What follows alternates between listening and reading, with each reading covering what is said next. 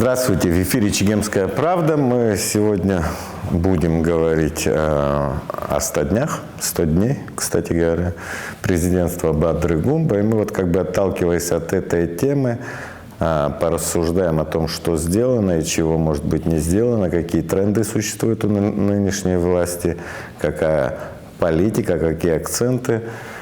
С Леонидом Чамаго.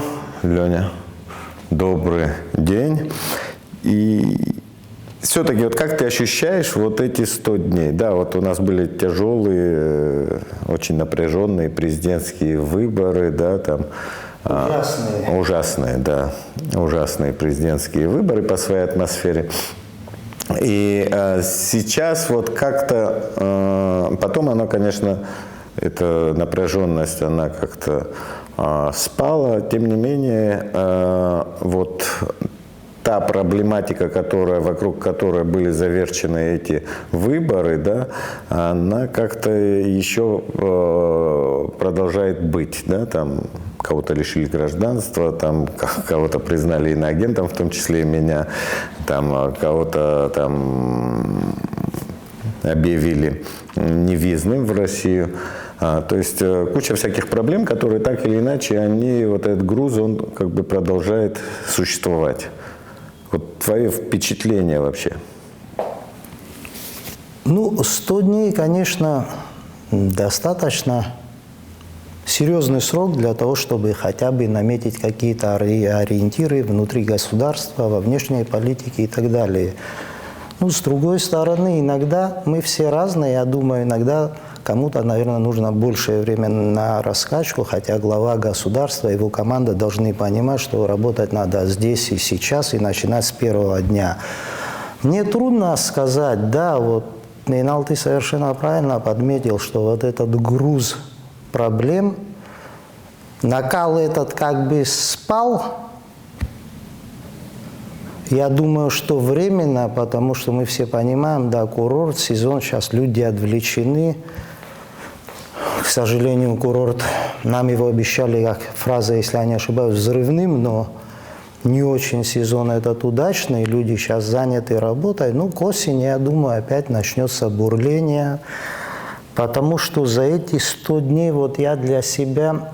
Мы выбираем главу государства. Неважно, кто за кого голосовал. И мы хотим, чтобы глава государства работал на благо своего народа, делал все возможное, иногда и невозможное. Ну, такие мы люди, мы этого хотим, да, для того, чтобы государство развивалось, народ благосостояние свое повышал и стабильность была. Но для всего этого нужно... Не знаю, правильно, неправильно, дать оценку все-таки прошедшим событиям. Я до сих пор не могу понять. Вот для меня это вопрос номер один. Глава государства согласен с политикой того, что по отношению к гражданам Абхазии, имеющим двойное гражданство, а в некоторых случаях по отношению к гражданам Абхазии, не имеющим никакого другого гражданства, да, принимаются такого рода, о которых ты говорил, репрессивные меры. Говорю репрессивные, называя вещи своими именами. У меня вообще в этом плане возникают некоторые подозрения, не отвергая, не отрицая, не высказывая свою точку зрения, я это воспринимаю как поддержку того, что происходит. Я теряюсь в догадках. Как обыватель я не понимаю, что происходит. Но все-таки вот эти санкции, она как бы некое такое продолжение какой-то определенной политики. Это было связано там с тем, что про Аслане Бжане там продвигалось, там апартаменты и так далее, соглашения об инвестициях, которые были явно невыгодны Абхазии. Потом это, кстати, и признал, собственно говоря, новый куратор Абхазии. Не только он. Да, Кириенко, о том, что это ошибочное было. Тем не менее, вот мне бы хотелось бы, сейчас речь идет не о нас персонально, а о тех людях, которые пострадали, но, по крайней мере, какая-то оценка вот этой политической политическому направлению абхазской власти, которая была при Аслане Бжане, должна быть дана какая-то оценка. Сказать, мы сейчас новая власть, условно говоря, да, продолжаем этот курс или наоборот да, или мы отказываемся? сделали выводы, да, мы теперь отказываемся, то есть от вот этого. То есть пока единственное, что я вижу, это вот какие-то мероприятия, где цветы возложить, где ленточку разрезать и так далее, где приветствовать каких-то гостей, самолеты проезжающие и так далее. Но вот такого концептуального видения, как мы жили, то есть какие выводы сделаны из тех ошибок, которые были тогда допущены, да, или были ли это ошибки, то есть мы вот этого пока ничего не слышим. Вот речь, собственно говоря, об этом, потому что когда ты не проставляешь акценты, и, кстати говоря, и во время выборной кампании, да, то есть вот этот как бы наличие о том, что у нас нет антироссийских сил, оно так и не прозвучало, хотя там и документ готовился, там два кандидата встречались основных, там какой-то совместный документ готовили, но, в общем-то, я в этом документе так и не увидел вот этой фразы, да, которая была бы. Я понимаю, что документ был согласовывался, и в общем-то, коррективы вносил все-таки кандидат от власти, да, и вот этой фразы о том, что нет в Абхазии антироссийских сил, она так и не прозвучала. Единственное, вот сейчас министр иностранных дел, отдадим должное, отдадим должное, да, ему, он это заявляет, но ты понимаешь, насколько все это шатко, то есть это не, в общем-то, позиция там всей власти в целом, это позиция отдельного министра, который как бы имеет свою харизму, имеет свое политическое прошлое, и как бы есть в этой власти, в общем-то, представленной технократом, он может себе позволить, как говорит, какие-то политические вещи, возможно, которые может нравиться, могут не нравиться, могут не нравиться там руководству страны. То есть это вот как бы его, может, так сказать, персональное мнение. А с другой стороны, мы читаем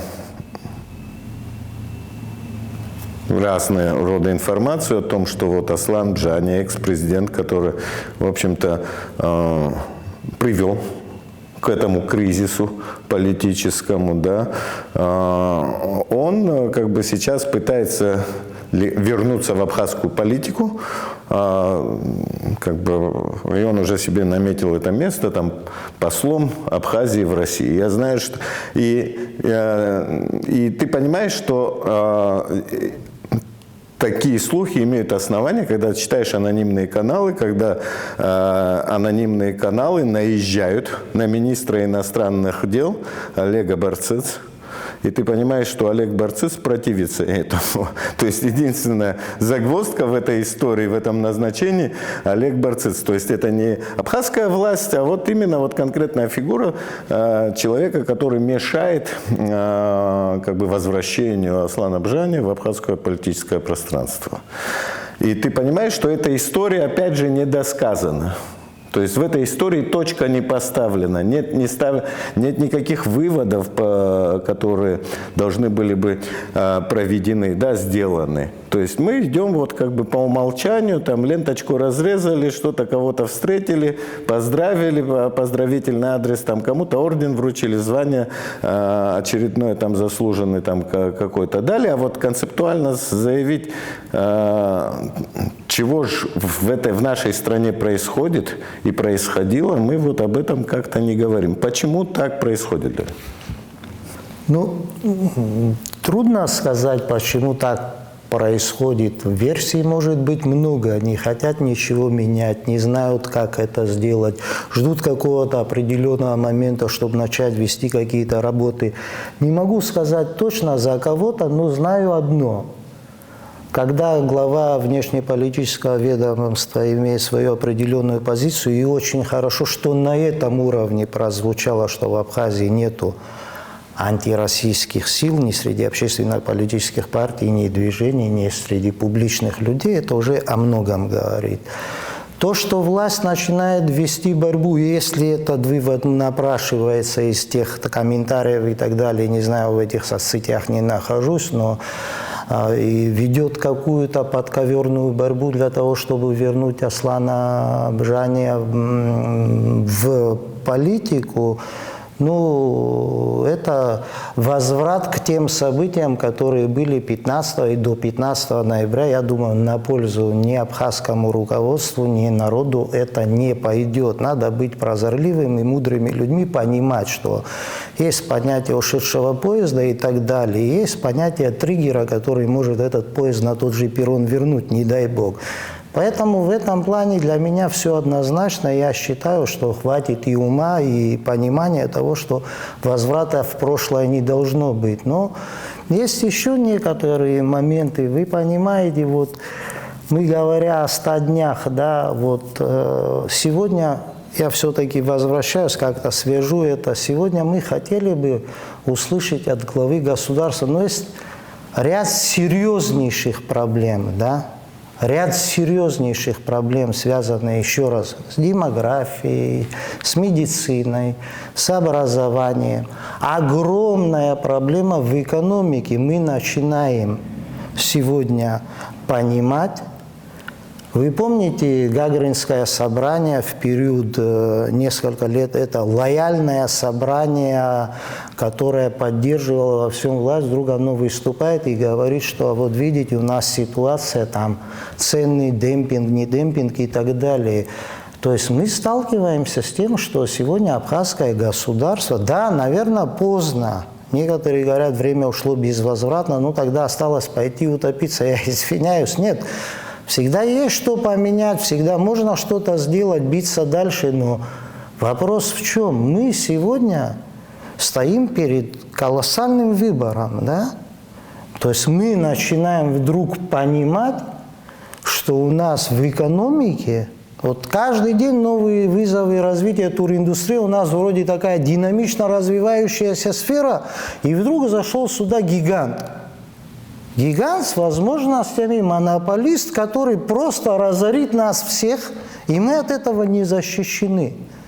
Что делать в этой ситуации? Вот вы, извините, конечно, но я не могу не сказать, в этой студии недавно обсуждали, если я не ошибаюсь, с Адгуром Ардзенба вопрос того, что 5 миллиардов в случае... Арестовали. Извините, пожалуйста, Саахра арестовала, да, что 5 миллиардов, смешная цифра, план выстраивают на 5 лет, привлечь в Абхазию 5 миллионов туристов. Я бы немного сместил акценты. Пользуясь ситуацией, я хочу это сказать. Я вспоминал, во времена Аслана Бжания велась подготовительная работа, когда он ездил и в некоторых районах Абхазии говорил о том, что надо поделиться суверенитетом и, ну, надеюсь, это по наивности, люди сидели, аплодировали. Это была апробация, вот первый взброс. Его приняли. Дальше пошел разговор о том, что идея абхазской стороны, хотя мы помним, в бытность мою еще в 5-м созыве одни из наших коллег, политики с огромным багажом, поднимали вопросы, вот что там кто-то там за пределами Абхазии настаивает на продаже недвижимости и так далее. Потом мы помним, да, как ситуация развивалась. Вдруг оказалось, что это сами абхазы просят здесь построить апартаменты и т.д. и т.п. О чем это говорит? Я это сейчас перевожу на то, что слышу сегодня. Послушайте, в советское время Абхазию вряд ли при той инфраструктуре тогда достаточно здоровой, при населении в 500 с лишним тысяч человек, при тех советских возможностях, почти при годовой нагрузке Абхазию вряд ли посещало 2-2,5 миллиона туристов. Я понимаю, что цифра 5 миллионов туристов может оказаться вот таким же вбросом. Завтра нам скажут, вот мы попросили, абхазская сторона представила свое видение для того, чтобы до 5 миллионов туристов поднять, надо завести сюда инвестора, который построит огромные отели и так далее, и так далее. Опять нас выводят на ту траекторию, от которой мы пытались отказаться, да? Когда не просто монополист появится, собственник территории и так далее, когда разорены будут все, да, мы пойдем работать за 50-60 тысяч на зарплату, меня это не устраивает, я хочу работать у себя дома, пусть это будет на 10-20 тысяч меньше, оставаться хозяином на своей земле А хозяин на своей земле, он, если нужно, ее и с оружием в руках защищать будет. А когда ты теряешь это свойство быть хозяином, ты ее и защищать не захочешь. То есть я вижу сегодня некоторые параллели с тем, что было вчера, и мне кажется, что это уже подготовительная работа. Вы помните, как Затулин сказал? Вот вопреки всему тому, что власть утверждала, что это наши проекты, Затулин сказал в открытую, да, что все эти названия, да, мы придумаем для того, чтобы не нервировать абхазский народ. А перспективы, как в Сочи, было 300 тысяч населения, а реально сегодня 1,5 миллиона. Нам абхазские власти тогда говорили, нет, этого не может быть, ничего. И тут приезжает российский депутат, который рассказывает нам правду. Я почему обо всем говорю? Переходя вот к сегодняшним нашим проблемам, Инал, вы понимаете, ну вот вы говорите, там, куратор Абхазии, не знаю, я предпочел бы, уважая себя, говорить куратор направления или взаимоотношений между Абхазией и Россией, или координатор этих взаимоотношений. Не только он. Нам ряд российских чиновников и на центральных каналах показывали, заявляли, что да, соглашение не отражает интересы абхазской стороны. Но позвольте, у меня тогда вопрос возникает. Сегодня вот в этой команде, в ряду министров, которые в том числе и подписывали, когда соглашение вошло в парламент, документы, что угроз там для абхазской стороны нету, что это соглашение полностью устраивает, оно выгодно и так далее. Как сегодня я должен понимать, что происходило тогда, и как я могу доверять этим министрам, когда эти люди в тот период никаких угроз в соглашении не видели, и более того говорили, что их нету. Имен я не называю, вы прекрасно понимаете, о ком идет речь. Сегодня эти люди опять находятся на своих местах, опять работают. Но, извините меня, их соглашательские позиции в тот период, да, они и завтра будут продолжаться, потому что я от них не слышал. То есть народ видел, понимал, какие угрозы это для нас несет. Сегодня наши партнеры признали это, а эти люди, как тогда, этого не видели, так и сегодня этого не видят. Вот здесь некоторый нонсенс, этого не должно быть. Я хочу понимать, что поменялось во власти, то, о чем вы говорили. Если в этой власти ничего не изменилось, сменились только имена, и то в одном-двух случаях, в основном это все те же люди, то тогда вопрос, смогут ли они наладить работу с нашим обществом так? Вот недавно президент страны заявил, что он готов разговаривать с оппозицией, если она будет конструктивной. Послушайте, мечта любой власти – это так называемая конструктивная оппозиция. Мы все понимаем, что под этим подразумевается. У меня другой вопрос. А во взаимоотношениях власти, которую нынешний президент представлял, будучи вице-президентом, при всем уважении к нему и к этой высокой должности, да, кто был неконструктивен? Кто делал заявления подобного рода? Там не с кем разговаривать. Совет старейшин для нас не указ. Представителей творческой интеллигенции мы не хотим слушать. Герои войны, ветераны письма писали, у нас живых 92 человека, 70 с чем-то человек подписано. То есть полностью неконструктивные позиции демонстрировала власть. Мы помним, что все независимые эксперты говорили, что оппозиция в том виде, которая она существовала на тот период, это подарок для власти, никаких радикальных заявлений. Вы помните заявление, что снимите вопросы с повестки, через 3-4 месяца начинается предвыборная кампания, выносите эти вопросы на кампанию. Мы не будем требовать ничьей отставки, придем. Это что, не конструктивная позиция? Власть демонстративно не слышала, не видела. Более того, хочу подчеркнуть, чтобы вы обратили внимание, а что, эти вопросы были вынесены действующим президентом во главу угла своей предвыборной кампании? Эти вопросы тихо были убраны в сторону. Подозреваю, что до периода, когда наступит подходящий момент, я думаю, что придет очередное соглашение с планами каких-то крупных игроков. Это, вы понимаете, говорит о многом. Я очень хочу, чтобы Бадра Зурабович соответствовал и нашим ожиданиям, и нашим, я имею в виду, нашего народа, да, чтобы он был защитником наших интересов. Межгосударственные взаимоотношения не бывают безоблачными. Они не бывают даже у самых близких союзников. Но вот эта покорная соглашательская позиция, вот чтобы нам, мы сейчас перешли на, уже эти инициативы мы выставляем за свои.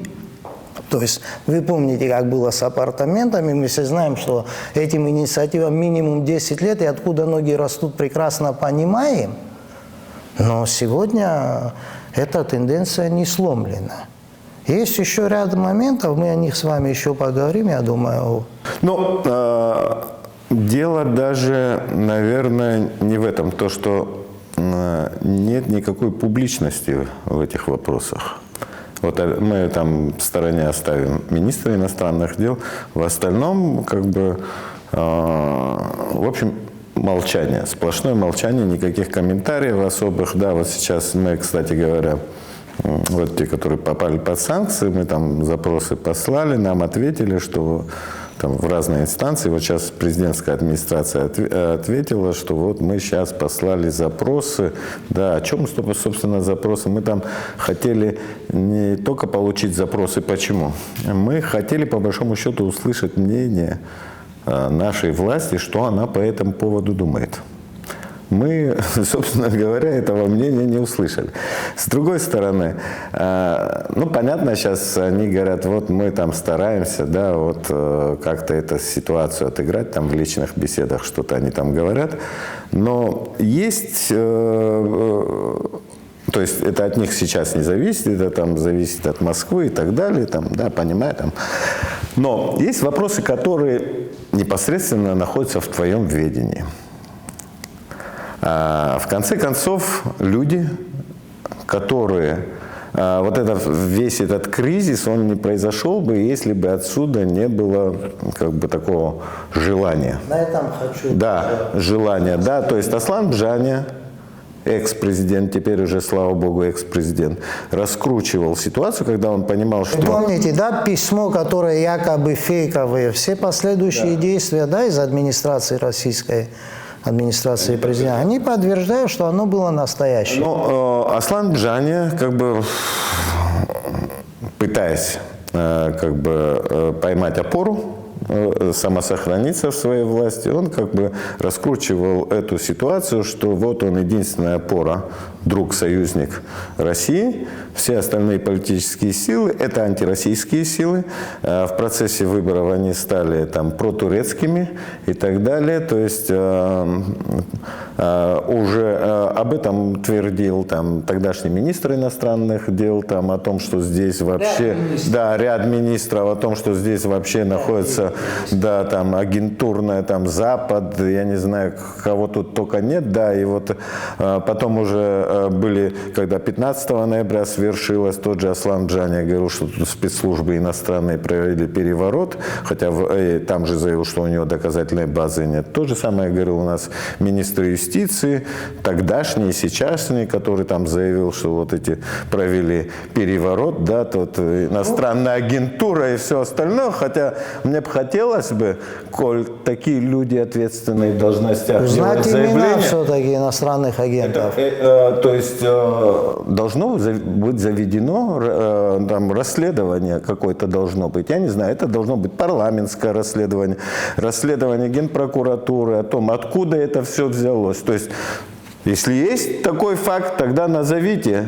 Назовите, наденьте наручники и в тюрьму, да. А если такого нет факта, А здесь есть причинно-следственная связь, да, когда ты начинаешь манипулировать общественным мнением, общественным сознанием и тем самым как бы запугивать своих граждан, как бы влиять. И в итоге вот то, что вот ту как бы, ситуацию раскручивали тогдашние руководители нашей страны о том, что здесь рассадник антироссийских настроений и так далее. Вы же четко дали на абхазском языке определение тех людей, обозвав их, я извиняюсь, да, которые позволяют себе доносить на своих сограждан, это подлый поступок.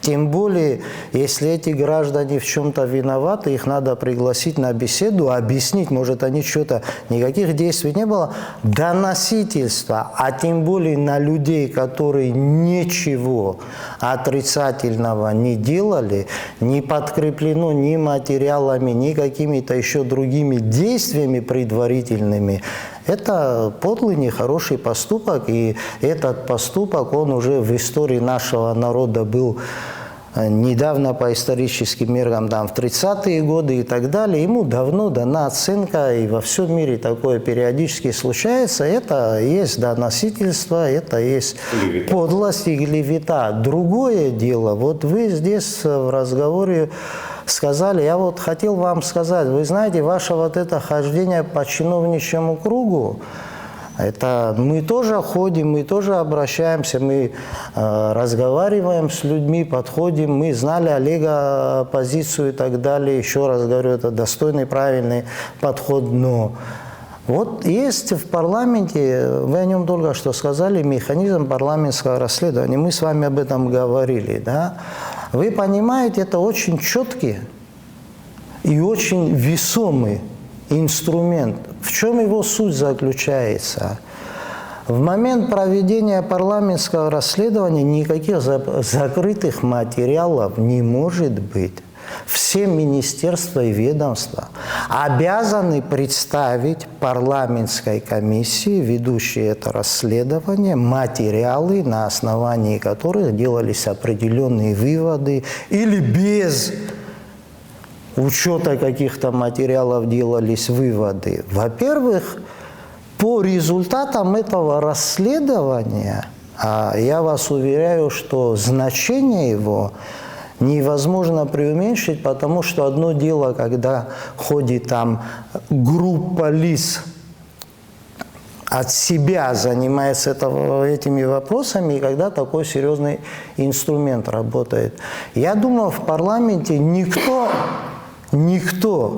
это их задача, в том числе защита граждан Абхазии, их интересов. Притом это касается и уважаемого члена нашего общества, и ветерана войны, и героя, и там депутат парламента, ряд лиц, которые имеют за собой и репутацию, и боевое прошлое, и многое другое. Поэтому в парламенте я не думаю, что найдутся люди, которые проголосуют против, хотя бы из уважения к своему коллеге. Но когда появится результат расследования, это уже будут не домыслы, а это будет четкий документ. И на основании этого документа, если этот документ даст заключение, допустим, да, что все-таки никакой такого рода деятельности ни материалами, ни другими какими-то документами подтверждено не было, в том числе и наши коллеги, да, наши союзники, они обязаны будут учесть этот документ. То есть он для вас, для всех нас сыграет очень огромную роль. Но понятно, что сейчас парламентское расследование, это тоже как бы, собственно, нужна для этого воля, но нужно для этого, чтобы общее решение депутатское, там это... Там, коллега, я извиняюсь, это есть еще понятие коллегиальности, солидарности, или его коллеги, а я не думаю, что они его считают антироссийски настроенным, прекрасно мы знаем, никогда не замечали за ним, я работал с ним, достойный человек, воевал за родину, имеет собственное мнение, как и каждый из нас. И я не думаю, что коллеги его в этом плане, мы говорим, Закана Гвардия, в этом плане его не поддержат. То есть они или обязаны как бы помочь ему восстановить в этом плане свою репутацию в глазах, да, наших партнеров, или они тем самым признают, что они к нему относятся такого рода, да, воспринимают как данное, что он объявлен и врагом России, грубо говоря, да. Я не думаю, что так к нему он этого не заслуживает. Я думаю, что коллеги поддержат. Но, тем не менее, мне кажется, здесь помимо вот таких каких-то действий со стороны закона, да, это есть и моральная составляющая. Есть, когда ты понимаешь, что человек, в общем-то, репутация человека подмочена, да, не обязательно заводить уголовное дело, да, можно его просто тихо убрать. Потому что, ну, понятно, что сейчас это как бы заводить уголовное дело, это тоже как бы нужно иметь, в общем-то, силу воли, да? По результатам парламентского расследования. Да. Но и парламентское расследование создавать, и так далее. Здесь все-таки маленькое общество, родовое и так далее. Здесь думаешь, сейчас это мне нужно, да? То есть начинают вот такие механизмы работать. Но я говорю о другой, о моральной составляющей. Если ты знаешь, да, там было очень много пассивных людей, но были люди активно содействовавшие этому процессу. Непосредственно подписанты есть? Да, люди, которые публично высказывали свою позицию о том, что здесь есть антироссийские силы, какая-то агентура и так далее и тому подобное. То есть ты должен, в общем, дать, если эти люди какие-то сохранились в этой власти, ты им должен показать на порог, сказать: братцы, вы не соответствуете критериям. Этого же не произошло. Но оно должно произойти. Я считаю, да. Оно должно Или произойти. нужно доказать, что Инал Хашига – это человек, который враг. И когда, нет, я почему это говорю, когда мне говорят, допустим, условно говоря, мы там делаем все, что можем, ну, вот когда мы обходили вот этих чиновников, я видел людей, которые действительно хотели помочь. И эти люди были, я точно знаю, не при делах вот в этой истории. А те, которые были там как бы руками и ногами при делах, они абсолютные циники, там вот просто такая формальная демонстрация, что мы вон там написали куда-то письмо. И это письмо безответное осталось. То есть, да, то есть такая история отписка. была. Отписка, да. И ты понимаешь, что этот человек в полный рост там находится. Такой же стукач. Вот просто стучал, был среди вот всех этих. Но вот задача власти все-таки, когда мы говорим, мы занимаемся. Сперва, слушайте, уберите вот этих людей от должности, да. Я с этим званием, условно говоря, вот этот, с этим, как его, иностранным агентом, что меня назвал министр России, да, я как-то могу до конца жизни прожить. Но я хочу, чтобы вы, собственно говоря, перестали быть чьим-то агентами, да, то есть, чтобы наша власть стала нашей властью, абхазской властью. Да, можно клеймить кого угодно, но, в общем-то, решение принимаете вы, да. Тенденции последних лет, 5-6 лет, говорят о том, что абхазская власть начинает забывать о коренных интересах своего народа и своего государства. Да, и кого они представляют, когда мы еще раз говорим, да, когда уже и там признают, что да все это Филькина грамота, эти бумаги, соглашения, цели были определенные, да, интересы есть каких-то олигархов, вот мы под это работали, а собственная власть клялась и божила, что это неправда. А в конце оказывается вот так вот. Так вот, единственное, чего я хочу, чтобы, собственно, власть провела работу над ошибками, убрала людей, которые были задействованы в этом. И тогда, в общем-то, мы тихо-тихо перейдем уже... Добровольно они к этому не приведут. Я еще раз говорю, механизм там, каждый раз как-то собираться, спровоцируют люди, соберутся, и неважно, кто во власти, я, ты или кто-то другой.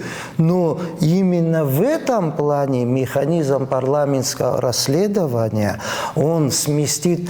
Во-первых, я честно вам скажу, скажу, я в свое время тоже имел честь представлять свой округ и находиться в этом достойном органе, да, и работать, ну, по мере сил. Ну, мы все ошибаемся, мы никому-то не даем оценки, кто-то хороший, кто-то плохой. Мы все в пределах своих компетенций можем допускать ошибки.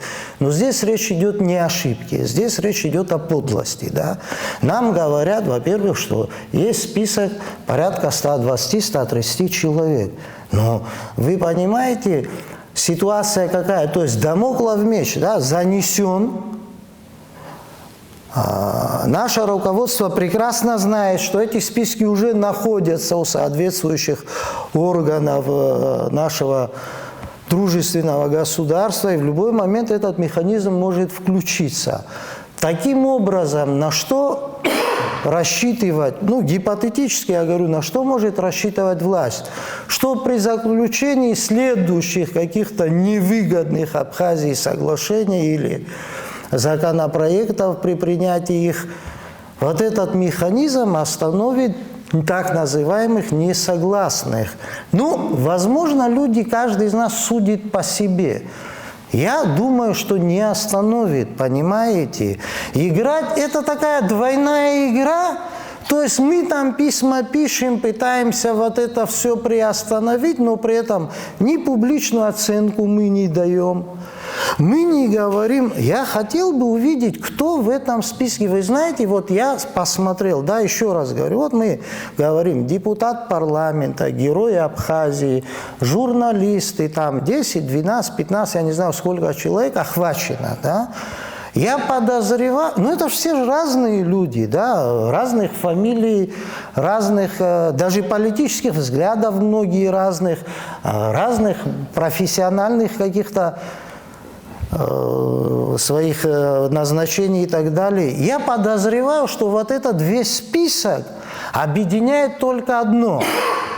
Это люди, которые искренне, правый, неправый тоже не дает, искренне боролись за интересы абхазского государства и абхазского народа. Вот я думаю, что в итоге всех этих людей объединяет вот это, не что-то другое, не какие-то материалы ЦРУ, я не знаю, ФСБ, не знаю, ФБР, СГБ, где сказано, вот получили столько-то тысяч долларов, подписали бумагу, поклялись на крови и так далее, и доставить неприятности нашим друзьям и партнерам. Нет, я уверен, еще раз,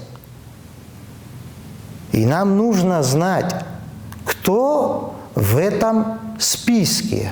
Я тебе, Леня, скажу, этот список, 120-130 человек, по аналогии там, с письмом 1977 года, там тоже 130 человек, письмо 130. Было это людей, которые деятели науки, культуры и так далее, которые тоже выступали за интересы абхазского народа. Подозреваю, что и в этом списке будут деятели науки, культуры, творческие люди, члены Академии наук и так далее. Ну да, если не их, то может быть их дети. То есть это вот как бы генетически такое передается. С чем вообще связан вот этот акт запугивания? Я еще раз, вот я пытаюсь понять, когда он появился в период так называемых антинародных там законопроектов, соглашений, строительства заборов позора, так называемых, и так далее. То есть эти идеи, эти документы возникли в период противостояния тем инициативам, которые сегодня признаны нашими союзниками, что эти инициативы не отражали интересы абхазского народа. А механизм, который еще сформировался в тот период, когда таких заявлений не было, направленный на подавление волеизъявления народа, да, почему-то работает. Это нонсенс. Лёнь, я вот продолжу мысль. Или так должно быть, или так. Возникновение таких списков, это означает, что мы возвращаемся в ситуацию тех годов, когда наша власть переставала быть исконно абхазской властью. То есть тогда тогда абхазскую власть представлял, условно говоря, абхазский обком КП Грузии. И они говорили, что это не мы, это вот там. Сейчас мы тоже, когда получаем вот такого рода ситуацию, когда у тебя 130 человек, 120, 130 человек, там, наиболее активных людей, которые формируют, в общем-то, культурный, идеологический образ абхазского государства, да, то есть люди активные, люди деятели культуры, историки, ученые и так далее. То есть вот они то есть эти люди становятся как бы таким бельмом на глазу для власти. То есть люди, вот эта категория людей, она начинает мешать власти.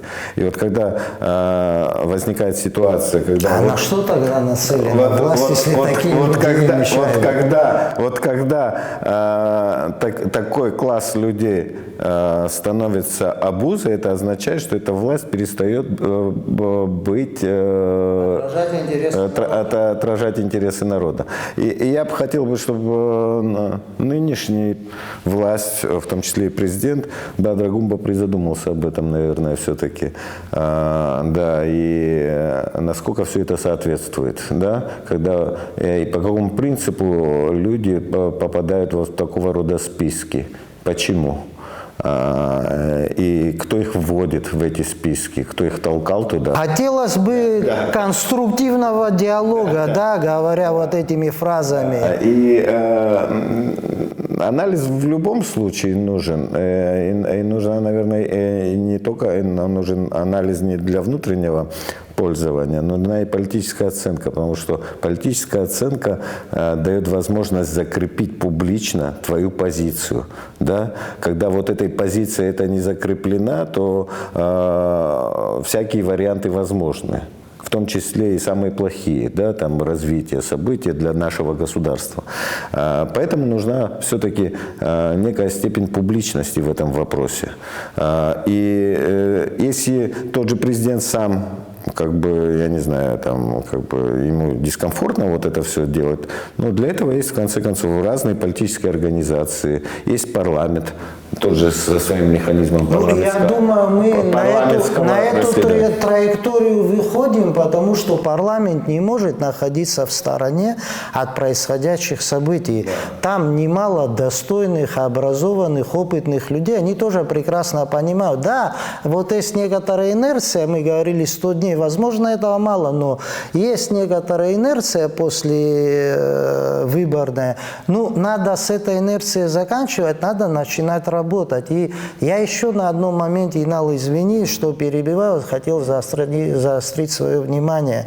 Мы видим, что мир стремительно движется не в том направлении, куда нам всем, я говорю о простых людях всех государств, хотелось бы. Есть поджигатели войн, есть зачинщики, есть агрессоры, есть блоки военные, которые хотят все под себя подмять. Но тем не менее есть еще, и это никуда не денешь. Вот мы сейчас многие религиозные стали, посмотришь, политики в церквях, но они почему-то думают, чем длиннее свеча, тем они ближе к Богу.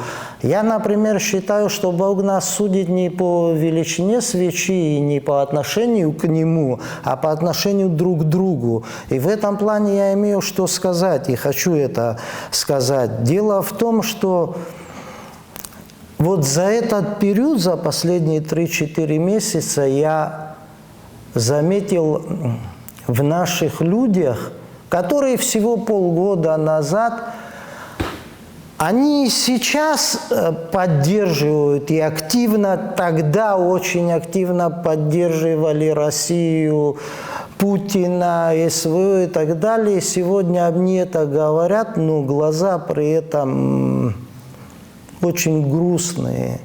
Нас всех обидело то, что с нами сделали на выборах, то, что делают по сей день, посредством там каких-то ресурсов, телеграм-каналов, ботов, я не знаю еще чего, я технически неграмотный человек, не понимаю эти вещи, как правильно назвать, но дело в чем? Если, неважно, какая бы большая страна ни была в современном мире, да, можно против всего мира выстоять какой-то период, но оказаться на обочине истории. Мы не желаем это России, не желаем вообще никому. Я хотел бы, чтобы войн не было. Все мы нормальные люди, но дело в чем?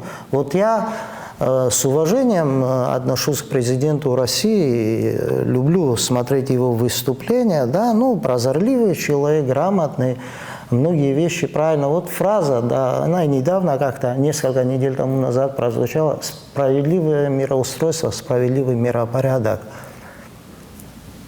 Иногда мы слышим, но не думаем, я это о себе могу сказать. Я начал думать, что такое справедливый миропорядок, что такое справедливое мироустройство. Я пришел к выводу, что это когда справедливость работает в отношении слабого. Когда государства сильные, великие, требуют для себя справедливости, это больше мне напоминает, как дележ вот этого мирового пирога. То есть вы там, европейцы, американцы, китайцы, как-то себя обозначили, а нас что-то тут не видите. Мы тоже хотим быть из тех, кто там какой-то кусок этого пирога. Ну, это я сейчас говорю о себе, как я вижу. Я не знаю, как, я надеюсь, что глава российского государства, да, говоря о справедливом миропорядке, отдает себе отчет, что эта справедливость должна существовать по отношению к таким немногочисленным народам, к таким небольшим государствам, как Абхазия. Иначе в мире не может быть никакого справедливого миропорядка. Если речь идет, договоримся, там, поделим на троих, это не справедливый миропорядок, это просто пересмотр дележа. Я не думаю, что это имелось в виду. Но то, что произошло в Абхазии, провал тех служб, которые координировали или курировали это направление, и этот провал прикрыли тем, что произошло на выборах, заставляет и меня, и многих задуматься. Послушайте, а в XIX веке вообще протурецкая ориентация абхазов, которая в истории зафиксирована, если такая, как сегодняшняя протурецкая ориентация, я начинаю многие вещи переосмысливать. Люди начинают переосмысливать. Нельзя так, если мы с союзниками, разговаривать с нами. Если мы говорим о справедливости, весь этот период власть категорически не хотела диалога со своими оппонентами. Послушайте, у нас университет прекрасный. Кстати, был вот на днях чистота, красота. Отдаю должное тем, кто там работает. Да, приятно зайти на территорию университета. О чем я хочу сказать? У нас там целая научная база. Слушай, почему мы на базе университета не можем провести научные конференции? Вообще вы слышали, что в абхазском государстве власть проводила и требовала проведения научных конференций? Не так, как Аслан Бжаня там собирал своих сторонников, и когда представители специальных служб, там, органов правопорядка говорили, что сотрудники поддерживают строительство апартаментов. Это нонсенс, они не имеют права на эти темы высказывать. Ну, это вот такого рода у нас деградация в государстве происходила, да? Мы не проводим ни научных конференций, не приглашаем экспертов. Каждая общественно-политическая партия, каждое движение имеет в своих рядах, да, экономистов, специалистов, юристов и так далее. Почему с улицы это не убрать сюда? Почему не придать этому научную основу? Почему нельзя услышать наши озабоченности? Почему нас все время пытаются сделать врага? Вы посмотрите, я честно скажу, я не знаю, мне трудно представить, у глав государств много забот, но это провал такого уровня, когда выборная тематика аукается по сей день. Какую ненависть у многих русских разожгли по отношению к гражданам Абхазии. И, соответственно, как нам воспринимать эту ненависть порождает только ненависть. Вы, уважаемые наши русские друзья, партнеры, коллеги, я не знаю, послушайте, нельзя терять союзников. Не прошло там полгода, год, я говорил о том, что тюркский мир, тогда я помню заявление русских политиков, азербайджанцы, наши братья там, грузины вот-вот завтра с нами. Послушайте, не так это происходит. Маленький, большой, сильный, слабый, настоящий в тяжелые времена, кто с тобой находился, он и союзник, и партнер. Нельзя так разговаривать с нами. Нельзя не потому, что мы напугаем кого-то или можем это Это неправильно по отношению к России. Сегодня формируется, я иногда глубоко в душе начинаю чувствовать, что там идет кампания по дискредитации России в глазах ее союзников. Другим образом объяснить поведение, которое в том числе отражается на нас, я не могу. Почему мы говорим, послушайте, туриндустрия динамично развивается в Абхазию, запускать сюда гигантов, это значит разорить местное население. Не нужна мне чья-то зарплата, я хочу быть хозяином. Почему это антироссийское? Что? Почему мы не создаем сегодня планы по той же, мы говорим так много об инвесторах, по той же теме, Слушай, десятки направлений в развитии экономики, которые в Абхазии не представлены.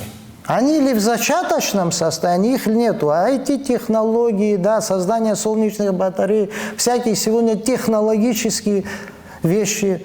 Слушай, мы должны определить, нам нужно вот это, вот здесь льготы, освобождение от налогов, двигайте нам эти сферы, научите нас, помогите нам. Нет, нам каждый раз пароход запустили, этот пароход куда-то продали, поезд запустили, самолеты к осени перестанут летать, не дай бог, думаю, тоже все это в конце концов скажут, невыгодно летом людей есть, осенью. Все какие-то разовые акции для того, чтобы как будто бы нас объегорить, из-под нас взять нашу землю и так далее. Так воспринимаем, ошибаемся. Послушайте, это же не мы власть на эфиры не пускали. Это нас власть на эфиры не пускала. Очень бы хотелось от вашей власти конструктивного подхода. Вот я вижу, в чем проблема. Эта проблема будет аукаться. Нас рассорили. Рассорили в угоду каких-то олигархов, людей, имеющих деньги, которые в период тяжелейших... Сегодня вы видите, что до Москвы долетают, до Урала беспилотники, ракеты и так далее. А тут, оказывается, у кого-то есть десятки миллиардов, чтобы осваивать Абхазию. Этого не должно быть сегодня. Это не должно быть. И еще, Инал, я извиняюсь, позволю себе сказать одну вещь. Обращаясь к нашей внутренней аудитории, послушайте, я сам в жизни делал очень много ошибок, мы все ошибаемся, но признать ошибку не страшно.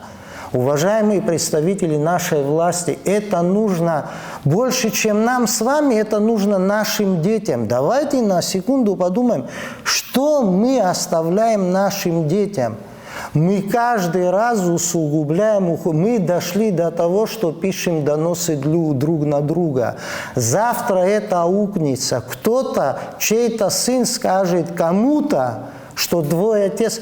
Вы понимаете, создавая такие правила игры, вы должны все и мы должны осознавать, что рано или поздно это придет к нам каждому. Я бы хотел, чтобы мой сын, моя дочь, мои соседи, дети, вообще во все, слушай, должны быть открытые и понятные взаимоотношения. Да, есть публичная политика, мы в разных лагерях, у нас разное видение. Но мы сегодня уже вышли на ту дорогу, за которой открытое предательство. Оно уже свершилось, но не поздно осознать, отказаться от этого. Не оставляйте своим детям это пагубное наследие, мы не должны. Это только радует наших врагов. Послушайте, удивительно, когда сегодня, чтобы остаться на должности, чтобы прийти к какому-то результату, мы начинаем делать какие-то намеки на то, что в открытую говорить, что есть протурецкий. Послушайте, какая партия, какое общественно-политическое движение у нас сегодня в своей программе не имеет сближения с Российской Федерацией, да, улучшения взаимоотношений, там, союз, партнерство, как независимое государство, мы слабы. Но в мире таких десятки, когда нас начинают попрекать, что десятки, но тем не менее мы на своем коротком отрезке можем из себя что-то представлять и представляем. Поэтому давайте подумаем о наших детях.